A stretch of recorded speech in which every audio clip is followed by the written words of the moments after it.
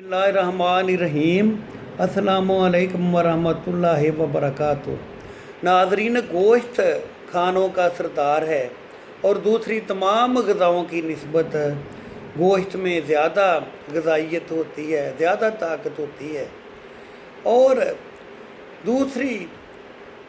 तमाम ग़िज़ाओं की निस्बत ये ज़्यादा खुश ज़ायक़ा और लज़्ज़त बख्श होता है। मुख्तलिफ़ जानवरों का गोश्त अपनी इनफरादी खसूसियात की वजह से इसमें इंसानी पर मुख्तलिफ़ असरात छोड़ता है। बाज़ जानवरों का गोश्त ज़ूद हज़म होता है, ज़्यादा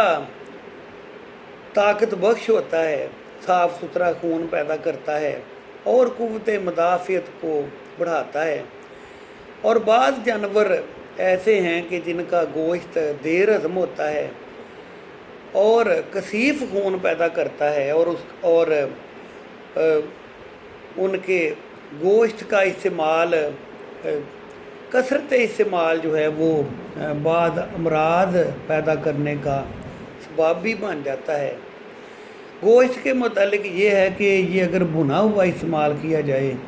तो ना भुने हुए गोश्त की निस्बत, यानी वैसे अगर गोश्त को भुने शोरबा सा यखनी वगैरह इसकी बनाकर अगर इस्तेमाल कर लिया जाए तो भुने हुए गोश्त की निस्बत उसमें कम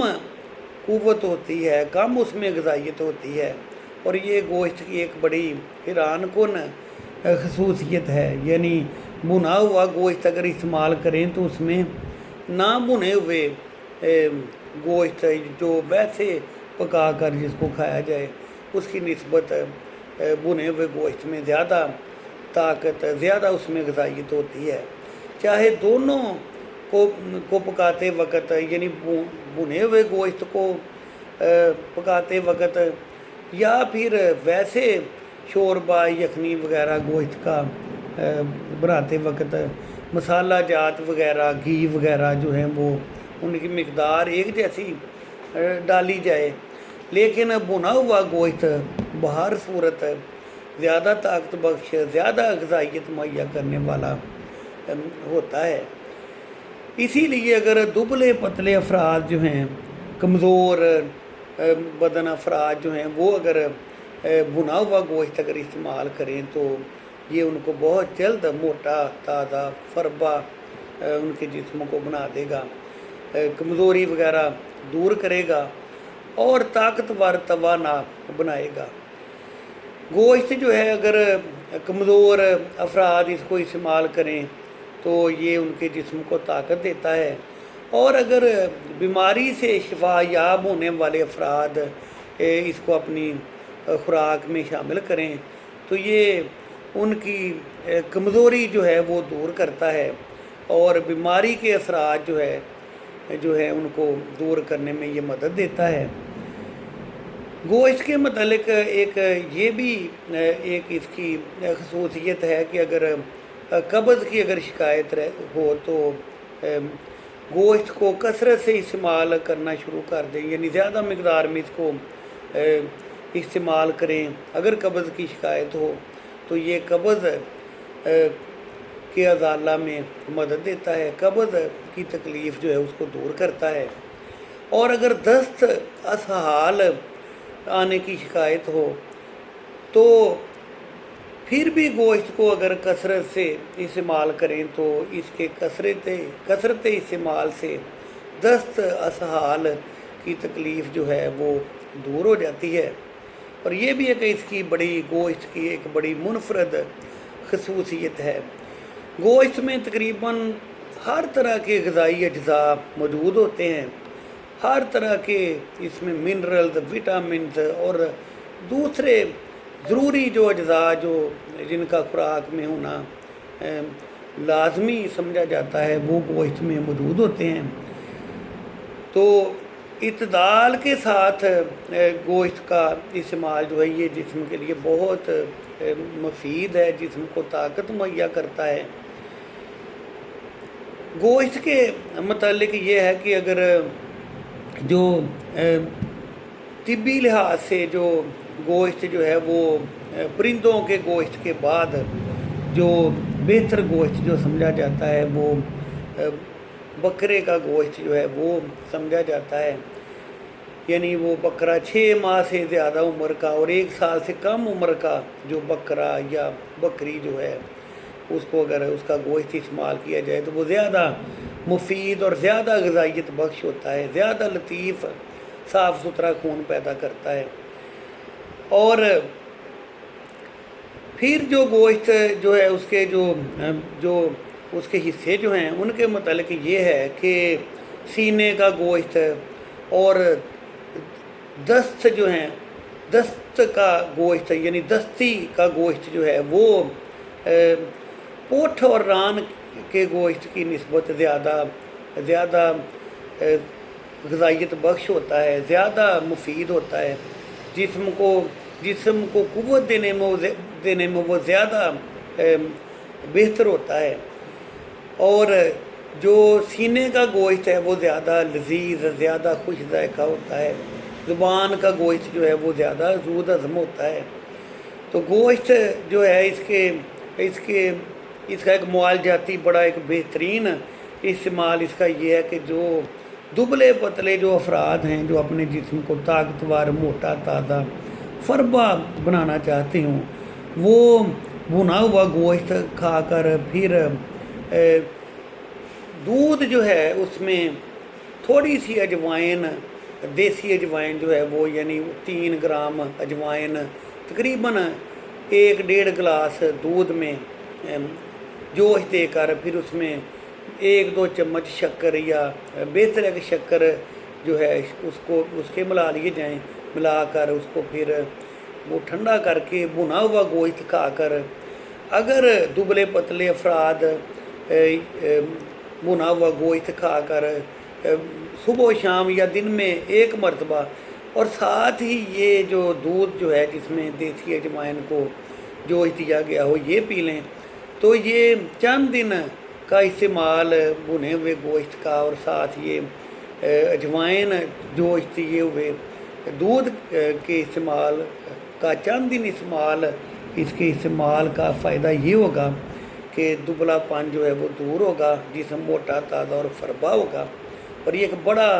एक मुफीद और फौरी असर करने वाला एक ग़िज़ाई एक इलाज है दुबलापन दूर करने के लिए। तो नाज़रीन, गोश्त जो है इसमें इसका अगर ये ज़्यादा इसमें अगर चर्बी ज़्यादा इसमें हो तो ये देर हज़म हो जाता है, फिर ये निज़ाम हज़म के लिए एक बोझ सा भी बन जाता है। ज़्यादा साफ़ सुथरा खून वही गोश्त पैदा करता है जिसमें चर्बी कम हो, खुश ज़ायक़ा वो हो। और ख़ुसूसन बकरे का जो 6 माह से लेकर 1 साल के अंदर तक उम्र का हो वो अगर इस्तेमाल किया जाए, या फिर भेड़ छतरा वगैरह जो है वो 6 माह से ज़्यादा और 1 साल से कम उम्र का उसका गोश्त इस्तेमाल किया जाए तो वो लतीफ़ खून पैदा करता है, क़ुव्वत मुदाफ़ित को बढ़ाता है, जिस्म को ताकत देता है। इसके अलावा जो ये भी तिब्बी लिहाज से ये बड़ी अहम बात है कि जो दानी तरफ के जो जिस्म के जो हिस्से हैं जानवर के वो ज़्यादा ताकत बख्श होते हैं, उनमें ग़िज़ाइयत ज़्यादा होती है, उनका जो इस्तेमाल जो है वो ज़्यादा निस्बतन बाएं तरफ के जो गोश्त के हिस्से हैं उनसे ज़्यादा वो जो गोश्त दाएं तरफ वाला जो है जानवर का वो ज़्यादा मुफीद, ज़्यादा ताकत बख्श होता है, जिस्म को ज़्यादा ग़िज़ाई अज्ज़ा मुहैया करता है। तो ये जो गोश्त जो है ये तमाम किस्म के इसमें ग़िज़ाई अज्ज़ा, मिनरल्स, विटामिन वगैरह जो हैं यानी ज़रूरी लाजमी जो अज्ज़ा जो खुराक में होने चाहिए वो गोश्त के अंदर मौजूद होते हैं। तो इसको अगर तंदुरुस्त अफराद इस्तेमाल करें इत्दाल के साथ तो उनके लिए भी ये एक मुफीद और लज़्ज़त बख्श ताकत बख्श एक غذا ہے، خوراک ہے، اور بیمار افراد جو صحت یاب ہوئے ہوں اور چند دن ہوئے ہوں ان کے مرض کو دور ہوئے، تو وہ اگر اپنی خوراک میں گوشت کو استعمال میں لائیں تو اس کے استعمال سے فوری طور پر ان کے جسم کو طاقت ملے گی۔ ویسے بھی محنت مشقت کرنے والے افراد جو ہیں ان کے لیے گوشت جو ہے ایک مفید ایک خوراک ہے، لیکن بہرحال اعتدال میانہ روی کھانے پینے میں وہ سب سے بہتر ایک امر ہے، اور بہتر یہی ہے کہ گوشت کو بھی اعتدال کے ساتھ استعمال کیا جائے، کیونکہ اگر کثرت استعمال اگر گوشت کا اگر ہوگا تو یہ جو اعتدال سے ہٹ کر جو استعمال کرنا جو ہے وہ پھر جسم کو طاقت دینے کی بجائے پھر بعض خطرناک امراض جو ہیں ان کے پیدا ہونے کا سبب بھی بن جاتا ہے، کیونکہ ہمارے دین میں تعلیم بھی یہی ہے کہ خیر الامور اوساطھا، کہ جو امور جو ہیں ان میں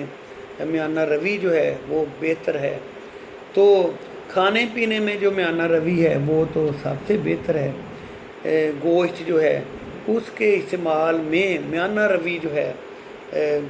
وہ زیادہ بہتر ہے، اعتدال کے ساتھ اس کو استعمال کیا جائے، اور اعتدال کے ساتھ گوشت کا جو استعمال ہے یہ مفید جسم کے لیے ثابت ہوتا ہے۔ ایک اور بات بڑی اہم ہے کہ گوشت جو ہے نا اس کا استعمال چاہے جتنا مرضی کر لیں کھانے میں، یعنی اگر اوور ایٹنگ والی صورتحال اگر پیدا ہوگی ہو، زیادہ کھانا اگر گوشت جو ہے زیادہ مقدار میں اگر کھایا گیا ہو تو پھر یہ ہے کہ ساتھ پانی جو ہے وہ بہت کم مقدار میں پیا جائے، تو اس سے یہ ہوگا کہ وہ گوشت جو ہے وہ جسم پر نظام ہضم پر بوجھ نہیں بنے گا، آسانی سے ہضم ہو جائے گا۔ اور اگر پانی زیادہ گوشت کھا کر زیادہ پانی فوری پی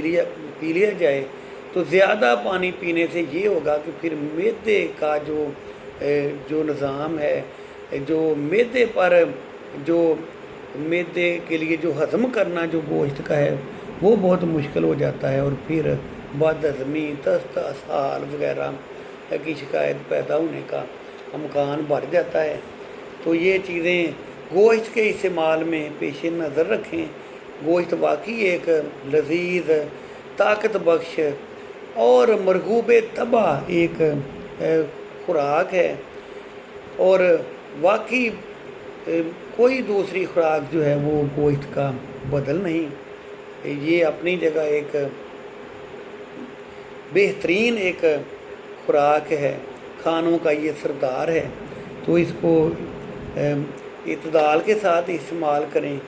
اور اس چینل کو بھی سبسکرائب کریں۔